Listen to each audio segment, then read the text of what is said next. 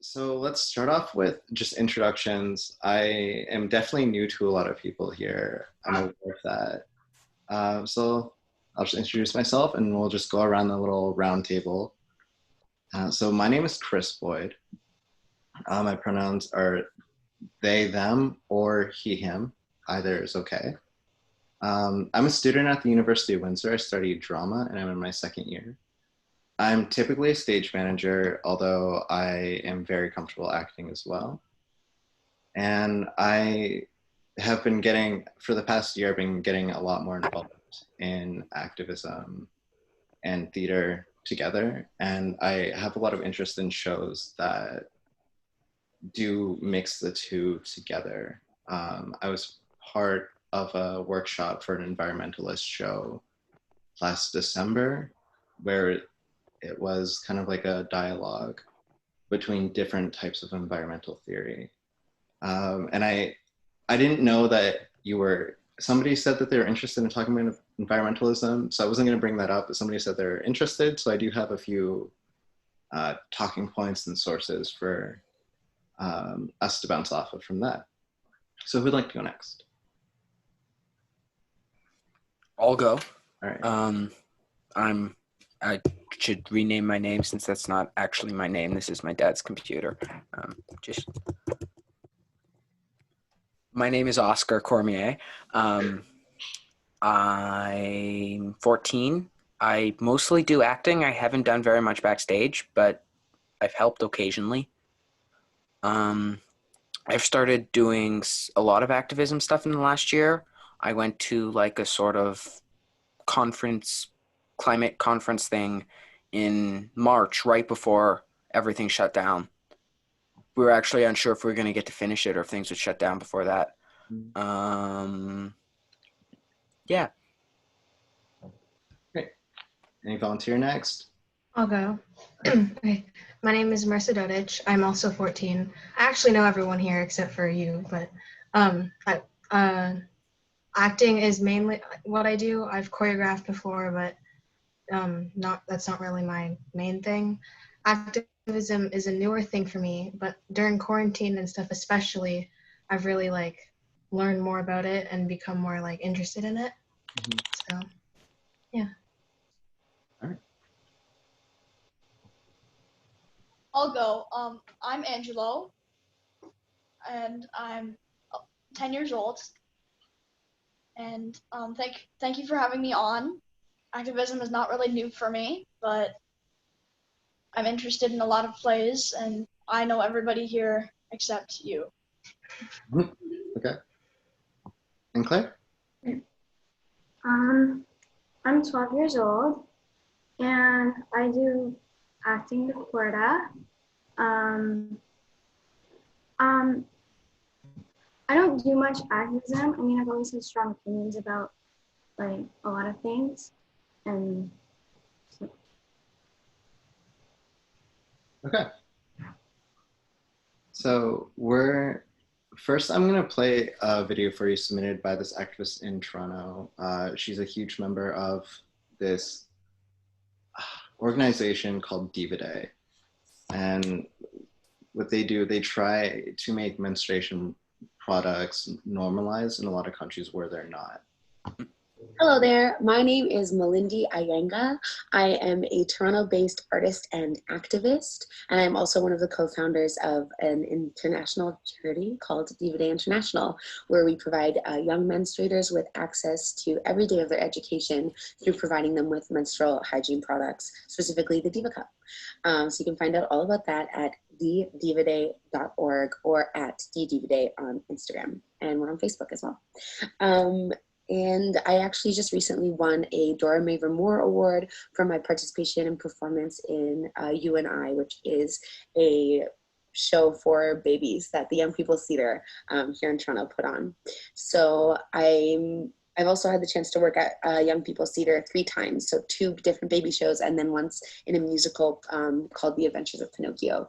And I really cherish my time at YPT. It is by far my favorite theatre company in the world.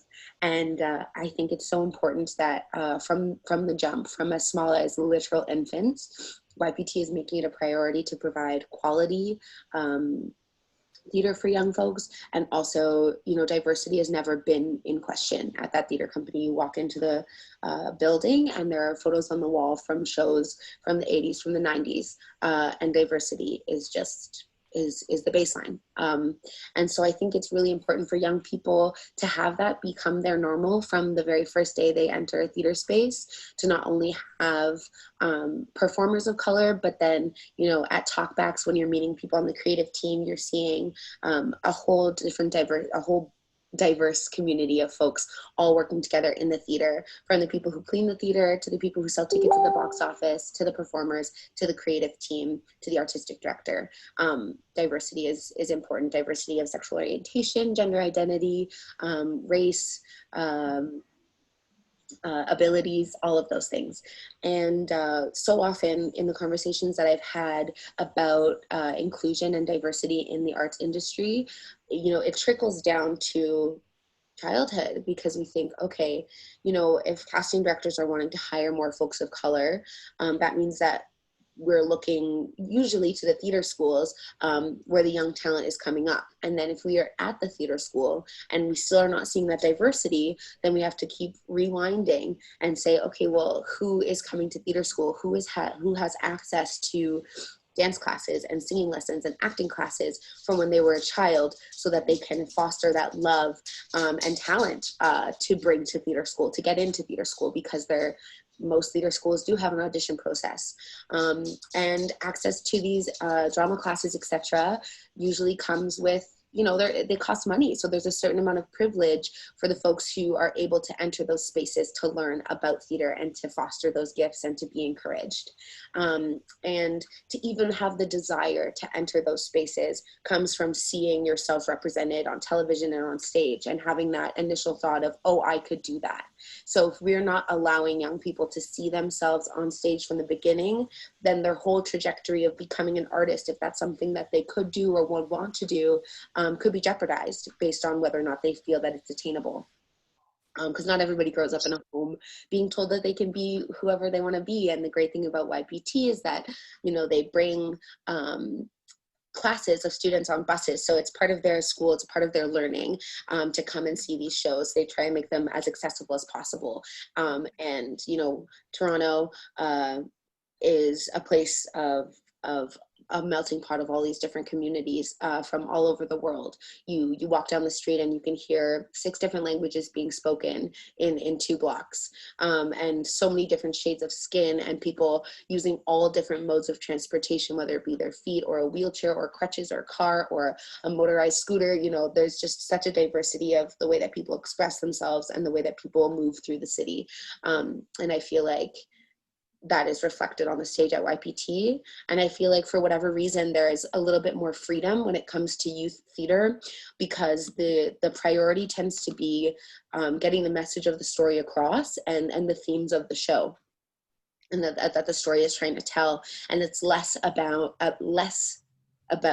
the performer's individual talent. You know, when you have like a Broadway show, for example, you can see, you know, this is a show about Audra McDonald, for example, you know, a chance for her to be showcased. She has like 6 different songs in the show. She's dancing. She wins a Tony Award. She gets a big standing ovation at the end, and it kind of becomes about the star. And then, you know, when the understudy is in, people are disappointed because they don't get to see Audra in the show.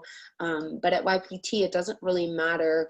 Like status as a performer doesn't matter, because the kids don't know who you are and they don't really care. They just want to see a show, and they want people on stage to be engaged, to be excited about doing the work that they're doing, and to do it well and in a way that is comprehensible and makes sense. And so having those priorities of clarity, not only of like the message of the show, but also about your intentions as a performer participating in it. Why am I here? I'm not here because I'm trying to get famous or move ahead or any of those things. I'm there because I care about young people and I care about them feeling inspired. And even if they don't want to go into the arts, just that affirmation that they exist and that bodies like theirs and skin colors like theirs and hairstyles like theirs are celebrated and are worthwhile and are worth being on stage, and that confidence can translate into the confidence to become, you know, a doctor or a travel agent or a dog groomer, like whatever whatever somebody wants to do.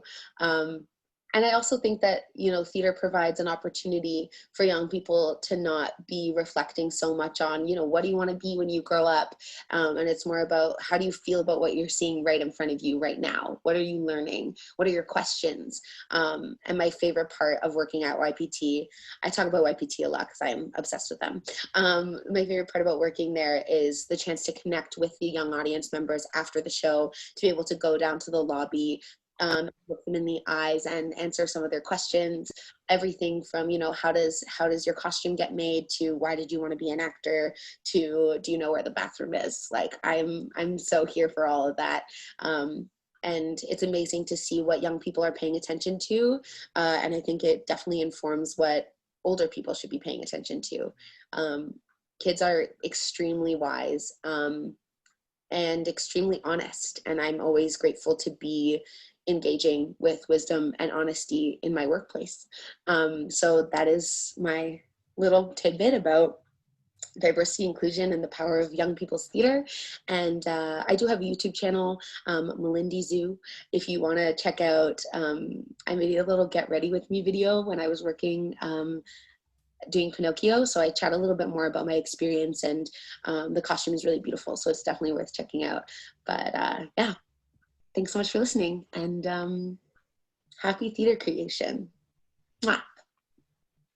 She made a lot of good points. She's from Toronto, and there's a lot of resources in Toronto for a lot of different types of activism,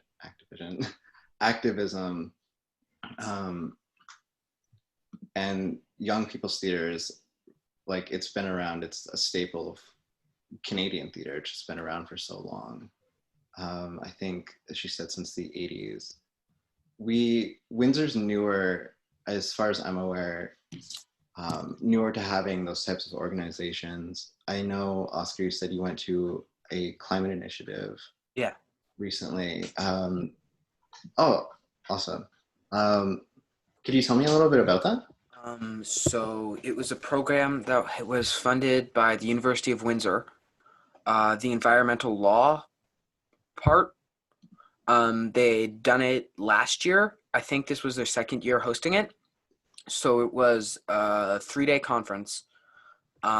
So you could either, if you lived in the city, you could go back to your house for the night, or you'd stay in a hotel. It was all paid for. And then they would bring speakers in, and there'd be keynotes and breakout groups and stuff where you talk about like environmental racism and the impacts of even stuff like just how city planning and how you can just make that better, because it's not really well designed, and it's not that hard to design it to be better. It was groups of people. I think the age range was 13 to 18. So I was at the youngest end of the group. There were people there who had their own activism organizations all over. It was open to people all over Southern Ontario. So there were people in from Toronto, all over. Awesome. And could you go into further about environmental racism? My knowledge is pretty limited. Okay. But as far as I understand the concept, if anybody knows anything more, please feel free to correct me. Yeah, I actually really don't know anything about it, to tell you the truth. Okay. I do know a little bit about it. I haven't gone to keynotes about it, but I've watched lectures from the University of California. Mm-hmm. There's an intersection between racism and environmentalism and feminism. One environmental racist issue in Canada it happens with Indigenous people. There are like they have to boil their water in a lot of indigenous communities. Yeah. So that's an environmental racism issue. Why on so many reservations are people having to boil their water when water, according to the United Nations, is a human right? There's so many places where like people just don't have access to clean water, and especially in North America where we have the Great Lakes, which is the greatest source of fresh water in the entire world. Why are so many people in this area going without? That's just one issue that I'm aware of. The speaker, Malindi, she talked about diversity, and I'd like to open that question up. What is diversity? One time, a couple years ago, I spoke about raising the pride flag at Catholic schools, and that reached national news' attention. I think it's important that we are allies to the LGBTQ community. I did that because I do not like this world. People in this world usually treat people differently of race, gender, sexual preference, or religion. I accept whatever opportunity I get to stop that. But being different is okay. The world was not made for people being the same gender, being the same race, or having the same sexual preference. The world was created for difference. Everyone is different because the world wants us to be. This is my motto. There's only one you. That is your power. That's great. Thank you. And so that touches on like why diversity is important. There's in art in particular, when we're viewing something, especially in theater in Canada, it's very white, just to put it plainly. There was a hashtag about this on Broadway and in Canada, like Canadian theaters. Canadian theater so white. It was a hashtag, and went crazy, and like that's kind of the first time anybody really questioned it, and that was only in 2016, I believe, where people are talking about why is Canadian theater so white? Why is it so why are we seeing the same stories about the same people? Not entirely, but it's a huge thing that happens here. And that's a good example of non-diversity, whereas the Young People's Theater, it's been diverse for years. And part of the reason why that's important is because young people watch theater. You watch theater. People younger than you watch theater. And this applies to everything. This applies to like TV, film, it applies to music, it applies to visual art. To see somebody who represents who you are on stage or on the screen, it can mean a lot. There's this show that I just finished watching. It's a remake of an older show. It's called She-Ra and the Princesses of Power. Yep. It's a great show. It has a very diverse cast, and all the characters on the show are very diverse in multiple ways. They're in intersectional ways. There's queer characters, people of color, non-binary characters, people of different body types. There's gay couples, which you don't see on a lot of shows, much less a kids show. And that representation is so important because, one, the show isn't just talking about the struggle of being diverse. That's one thing that I've noticed for a while in a lot of diverse like topics in television and film and pop culture is the things that are very popular are the ones that just show the struggles of being outside of what's called the norm. So a queer story, a popular queer story will be about the struggles of being queer. Whereas in She-Ra, I'm sorry, I'm like fangirling over it a little bit, but it's a good show. The characters just are. They just get to happily exist in a space where being yourself is the norm. It doesn't matter. And that's a rare thing to see, but it should be more popular because people are different. Not everybody has the same body type. Not everybody has the same sexual preference or gender identity. Not everybody's the same race. Nobody has the same skin color. And just seeing characters like that represent you, especially as a kid, is very important. When I was younger, I really clung to Miles Morales. He he's Spider-Man. Like he's the Spider-Man that's not Peter Parker in the newest like version of Spider-Man. Because as like a young black kid, I didn't really have a lot of black like young black kid characters to relate to because well, so much of what I was watching is homogenous and there's a lot of white characters. And She-Ra was was made in the 80s because there weren't a lot of shows that like young girls could watch. That's why She-Ra was originally made. Yeah. So that's just a little bit, that's why diversity is important. Um, Marissa and Claire, you've been a little quiet. Do you have anything to add or touch on? I don't have. Oh, sorry. Oh, sorry. I don't have the same views that you guys do.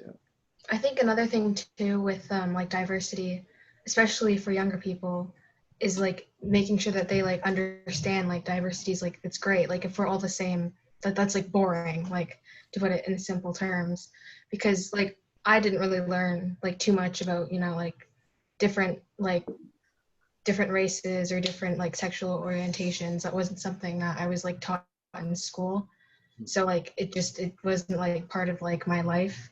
So I think having younger people being able to like see that and learn about it is good because then they can like, make life more diverse, I guess. Yeah. Or do you have anything to touch upon? Well, on the school thing, like schools are like a lot of schools don't talk about it. And they don't like put it into their curriculum. Like they don't have like a day where the teacher talks about it or like where the principal brings out anything. And that's what I went through with my school. Like it was a private school, it was small, and like I got made fun of for being gay. It was like I couldn't be myself there. And even when I brought it to principal, they didn't talk to anyone about it. Like they didn't talk to the whole school about it. They just like they brought people to their office and they just talked about it there. And it's like, well, you should address it. You should. Right. I agree. The diversity, it starts at school because that's where socialization does happen. I was lucky. I went to Walkerville, which is famously a very accepting school to go to. They have the GSA, it's called the Gay Straight Alliance, and they work on educating like the community on like basically just different gender and sexual identities. And it was started by students because they were interested in it. It's something that you can talk to your teachers or principals about it, somebody at school that you trust to make this sort of alliance, because these issues are important. And you're right, like there are gay students, and that shouldn't be private. Like everybody should know that gay people exist. They exist in your schools, and they just we just exist. It's simple as that. What do you think schools can how do you think we could get our schools to do better in that regard and talking about representation? I think that we should, because I've seen some schools, they'll bring like queer education in like grade 6 or 7. But by that point, most of the kids have already gone onto the internet and formed their own beliefs. So just education about LGBTQ plus people should happen earlier on, before kids have had time to form homophobic beliefs. Because if there's no education, then they will almost certainly form them on the internet. Mm-hmm. That's a really good point. Yeah, like you said, how we should be taught about it at a young age. When I was at school, I'm straight, my friends were straight, so I didn't learn about it really anywhere. And then getting to theater, it's a very diverse community, and then seeing not everyone's straight. I didn't I accepted it, but like I didn't really know much about it. So like I was taught from other people, like not like a couple years ago, just because I was never like really informed about it. So I think we should definitely be informed, because when you know about it, you can also kind of think, maybe, maybe that is me. And then, you can just find yourself better, understand the world better, because it's part of our world. So. Great. Angelo, you were part of activism at your own school. How did your school handle that? My school handled it well. My teachers congratulated me, my friends congratulated me, and yeah, that was pretty much the end of it. I'm not sure whether to do anything better or worse. I don't know, but Have you seen Catholic school, so ongoing changes happening? no, I've not seen any ongoing changes. Not really. Okay. And how do you think we can use the arts in particular to change our community? I think that we can use the arts for like paintings. Paintings do a lot more, like pictures worth 1,000 words. So I think paintings could really help diversity. Even just like casual representation of non-cis straight white people in things shown to small children, or having non-straight cis white people who aren't just there as token characters so that they can say that it's diverse. Because it's one thing to add in like a super cardboard cutout gay character and say, look, we made a gay character. Are you happy now? That's a really good point. I like that term, casual representation. Tracey also likes it. But that's a really good point. Casual representation is very important. Like, again, it's just a reminder that you can be more than just your identity. Like, your identity is important, but that's not all you are. And how you interact with the world because of your identity will inform your, like, how you act. But that's not it. That's not everything that you are. Something else I wanted to touch upon and ask, does anybody know what intersectionality is? It's where multiple points of non-normativity intersect. Yeah. So like, yeah, if you're both like trans and gay, for instance, or autistic and gay, or Exactly.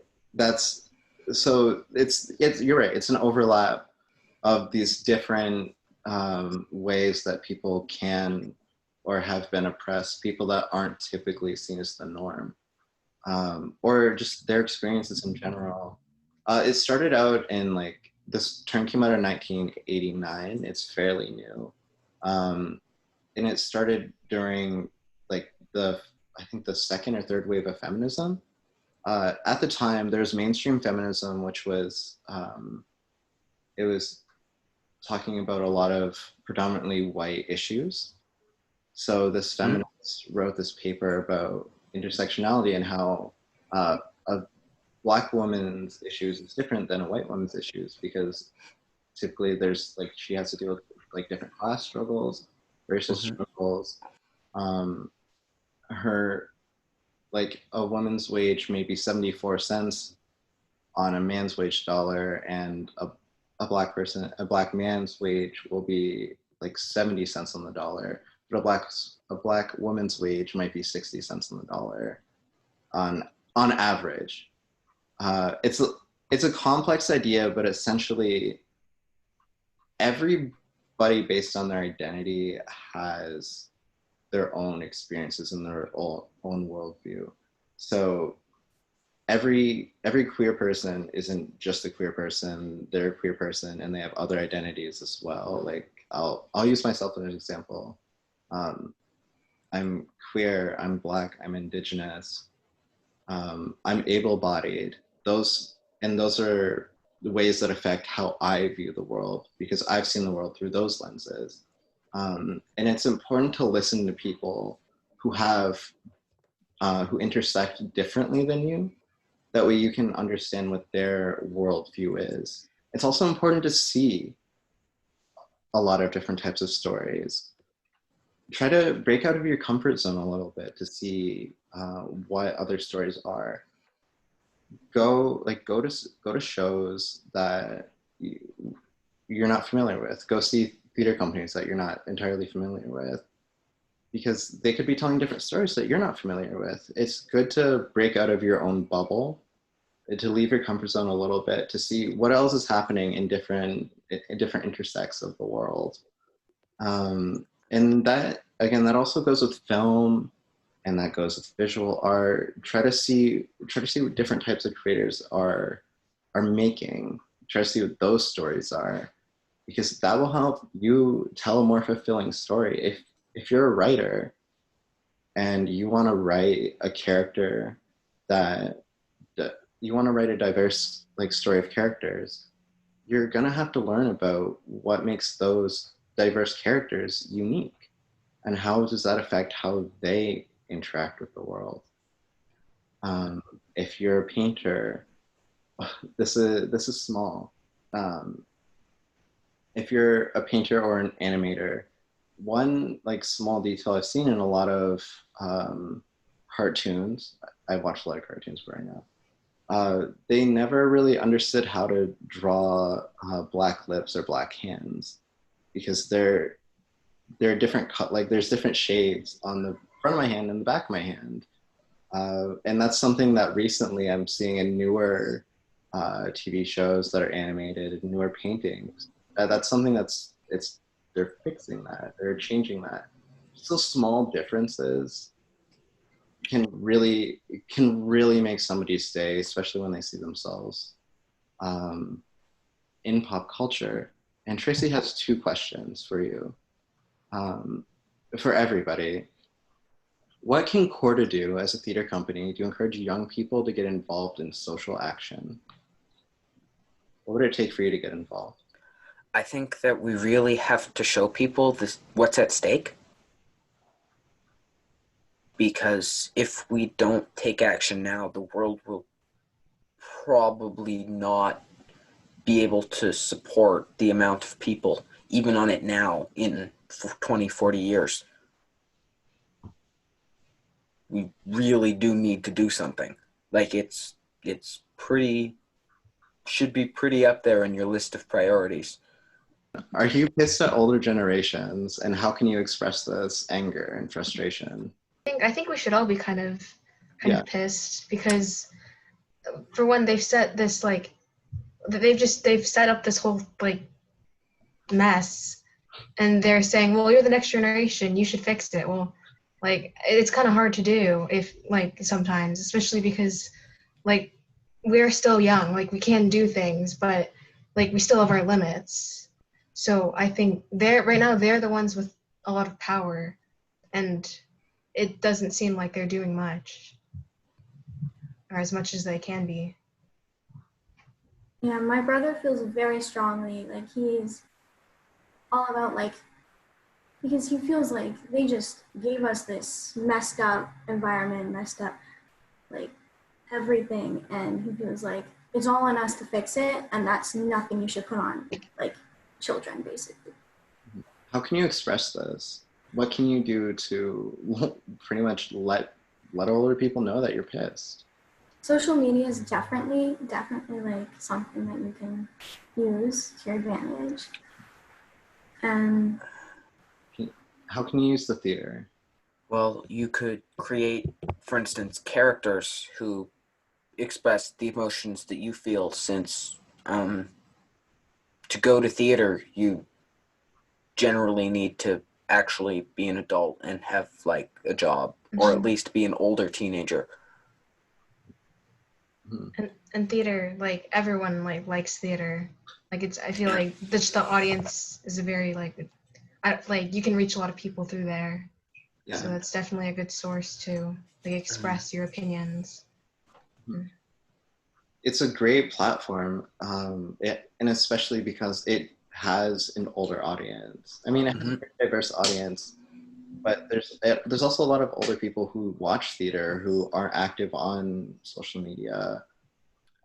It's a great platform for you to use, and it very much seems like Corda, Tracey, correct me if I'm wrong, wants to help you tell those stories.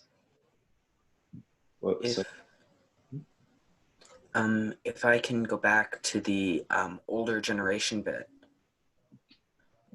there's this almost double standard on us to both act like adults and fix the problem that they've been created, but also we can't be adults because we're not allowed to do any of the things that would allow us to fix the problem, like vote. So we're being told to fix the problem without being old enough to have any of the tools to fix the problem. And all the people who have the tools to fix the problem are just telling us to fix the problem. Mm-hmm. I feel like a good idea would be to use the platform that Cordo wants to give you. I mean, this is it right here. This is a platform that you have right now that people are going to see this talk, and they're gonna hear your voice right now. What do you want to say? I'm not sure if this is the appropriate time, but I would like to go back to schools. Like Doug Ford's plan to reopen schools is just not fair to the poor because they don't have a choice to keep their kids home. And also those who are being like, the high schools are not going to be fully online. Both my parents teach at the university in digital education. They've been working in the field for about 20 years. But so people, there are people who have like 3 or 4 kids. And because of the fact that all the stuff's going to be synchronous, that means that those families with 3 or 4 kids will need 3 or 4 will need a dedicated device for each child. And there are a bunch of people who just can't afford 4 separate computers. Wow. Mm-hmm. I never even thought about that. Yeah, I have family friends who have seven people in their family, 5 kids, and they don't have 5 different computers. Right. Yeah. And plus, their dad is a pastor, so he needs to have his computer working. So they would never be able to do that. So how do you feel about going or not going back? I don't think that going back is a good idea. And to prove my point, I wrote letters to Doug Ford, my local MPP, the Director of Education, and the LaSalle Mayor, as well as going on a podcast discussing the reopening of schools. Like, reopening schools risks kids and our educators' lives. The government breaks community bylaws. I don't feel like these rules were appropriate, and I spoke and wrote a ton of letters to prove my point. And that's a very, very powerful tool. Writing letters is so important. Something that I'm often posting on social media. If you're writing an email to a local representative, you have to make sure to put your postal code in it, or else they will not respond, or they'll respond with a bot saying like you have to have your postal code in it.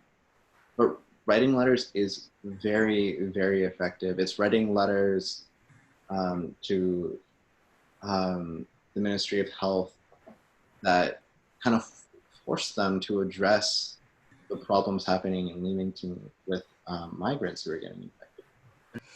Why the governments are constantly pressuring to reopen schools is because one of the primary purposes of school, other than education, is to give kids somewhere to be for 8 hours. So that parents can have jobs and kids at the same time. And so while going back to school is really not a good idea, since you can't social distance inside of a school. Anyone who's ever been inside of a school will tell you that. Our Minister of Education, not ever been inside of a public school, but you know, Good point. but the governments can't not reopen the schools because they can't have another year of people having to parent and work at the same time. It's just neither option works. Yeah. Yeah. If there's that family that their mom and dad have to go to work and they have a toddler at home that needs to go to school. And like, what are they supposed to do if schools don't open? Like, And I started a Facebook group called Raise Your Hand, Raise Your Voice, saying that, like, giving kids an opportunity to discuss the reopening of schools and how they feel. If you'd like to, please join. And because it's our education, it's our health, and no one's asking us. Yeah. I think that's a great thing that you're doing, because we are the people that are going to school, and we didn't even get a say in the choice.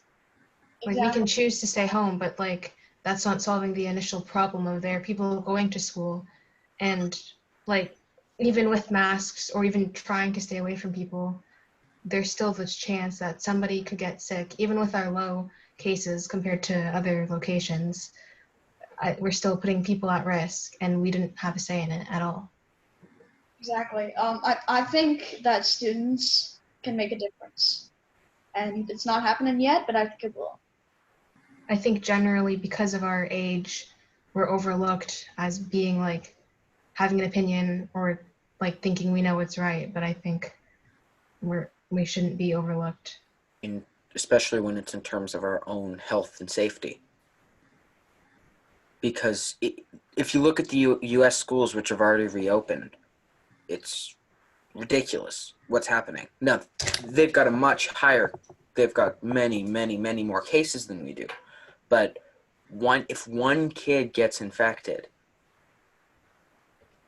a bunch of people get infected, because that's how viruses in close quarters work. But also, they have to shut down the school for 2 weeks or more. So as soon as one case happens, the entire building has to shut down, and everyone has to go home for 2 weeks. Exactly. It just doesn't really make sense. And you're right. And what are parents that have kids that work? What are they going to do in those 2 weeks when the school shuts down? That's a really good point. What are you going to do with your 5-year-old for 2 weeks when you both work full-time jobs? Mm-hmm. Can't hire someone to take care of them. They're supposed to be in quarantine.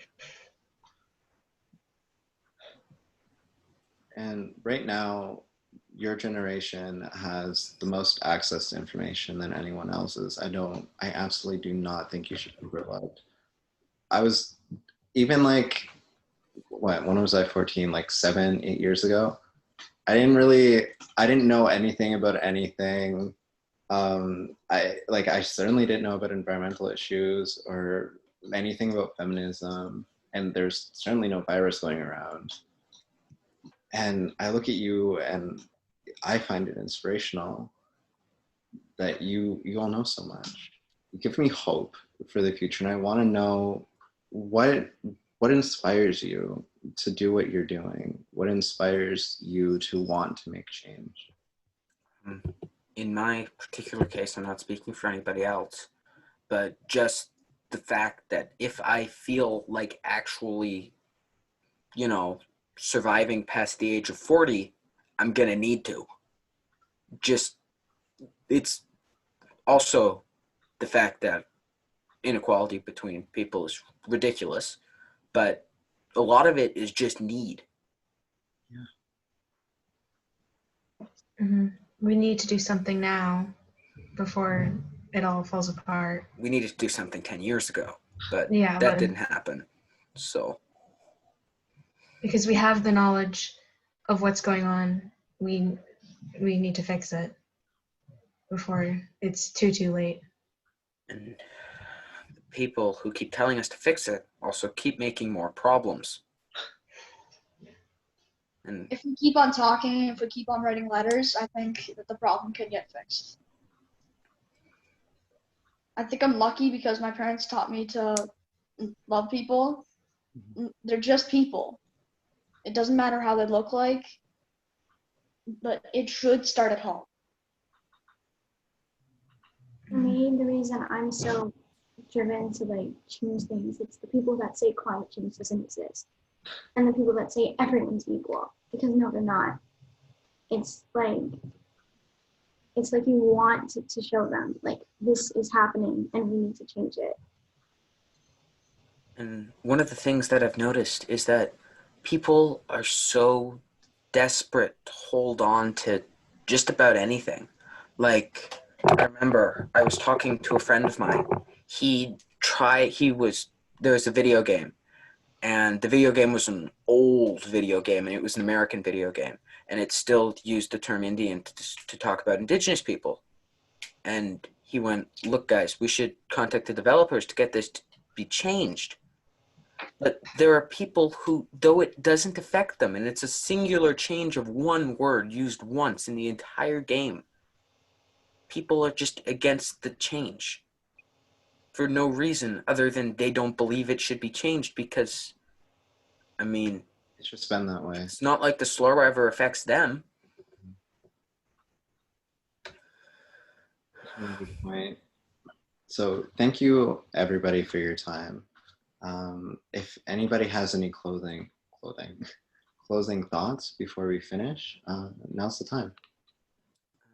If I can just say to all the people watching, hopefully watching this, please stop electing problematic governments.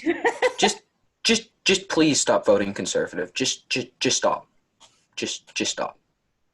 Okay, I'm done.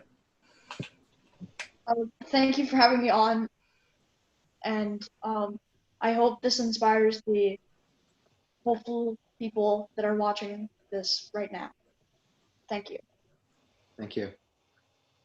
I'd like to say, I hope Claire and Marissa would say something too, but I just wanted to say thank you to Chris for running this and for all your insightful comments.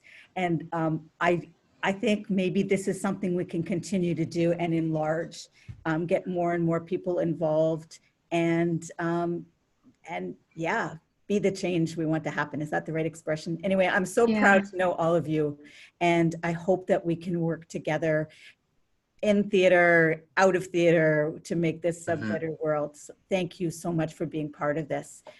Marissa, Claire, is there anything you want to do? Again, Chris, thank you for doing this, but I think it's really great to just hear other people, especially like other minors' opinions on such large topics. I think it really opens, hopefully everyone watching this' eyes that, like, you know, we are going to make a change and it's going to happen.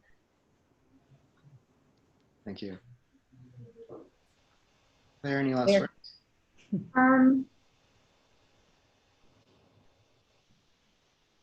And thank you for doing this. But like things need to change, and just saying that they don't is not right. Like they have to, and we can't just wait a couple years. We have to do it now because it's just going to get worse. I have another question. Sorry. Do you guys feel hopeful about the future? Not Not convinced? No. This year has been especially bad for that. Yeah. You know, with really just about anything that's happened during this year. It has been a hell of a year, but I don't know, and maybe I'm just a cockeyed optimist, if you know that expression, but the horrible things that happened, I also see positive, at least I think the seeds of change coming, and I'm quite excited about that. I hope it does happen. It seems like it is in the cities. You know, when I talk to people, and the fact that you guys are so knowledgeable, and the fact that so much has come to light in the last little while, that's why I feel people are finally noticing, it seems. Do you feel that way or no? Yeah. And this, sorry, you go. No. Go ahead. Okay, well, especially like with Gen Z, this generation, like you might have heard like in the States how like a bunch of people bought tickets or reserved tickets for a Trump thing, and then it was like completely empty. Like I feel like that just shows that using the technology that we have properly, I feel like we're the generation that can really make a change. Interesting. That may have been my favorite moment of this entire year. It was pretty great, not gonna lie. I have a ton of hope for the future generation. My parents leave me very well. They started a rally. Only a few people attended, but that's not the point. And they started a petition that 1,000 people signed to stop the reopening of schools. So round of applause to them, and they show that we really have hope in this world. Even little things like that, I think, make a difference. Like even if not a lot of people attended the rally or anything, just even those little movements, they build up. Happening. Yeah. Ripple effects. They also just bring attention to the fact that these things are happening. Like the Black Lives Matter stuff in the US was amazing. Just the amount of people who came together. Yeah. And the federal response to that was less encouraging, but maybe that'll change in the near future. Yeah. There's this saying, and I do forget where it comes from, but they say it only takes 3.5% of the population to start a revolution. Interesting. Just 3.5%. And it seems like plenty of people are ready for that. Yeah. We've got about 3.5%. What's that? Sorry, Oscar. We've got 3.5%. Yeah. Although we're young, we can make a big difference. So I hope this proves to you at any age that we can. I encourage young people to get involved and use their voice. They can make a major difference. You can find artists using their voices and being activists in different ways, like paintings, dance, and music. It only takes one to start, but that one person can surprise you in many ways. Thank you, Angelo. Claire, anything? Final words? No. That's a good final word. All right. Well, thank you all so much for your time. I'm sure I'm hoping to see you all in the future, and hopefully this can be a reoccurring event. That would be great. Yeah. And don't forget to tune into Chaos. And if you have any paintings or sculptures or poems, please, actually, by the time this is aired, it'll be part of the Chaos Festival, but I'm just telling you guys, we can cut it. Send it to me, okay? Because I love having you guys part of it.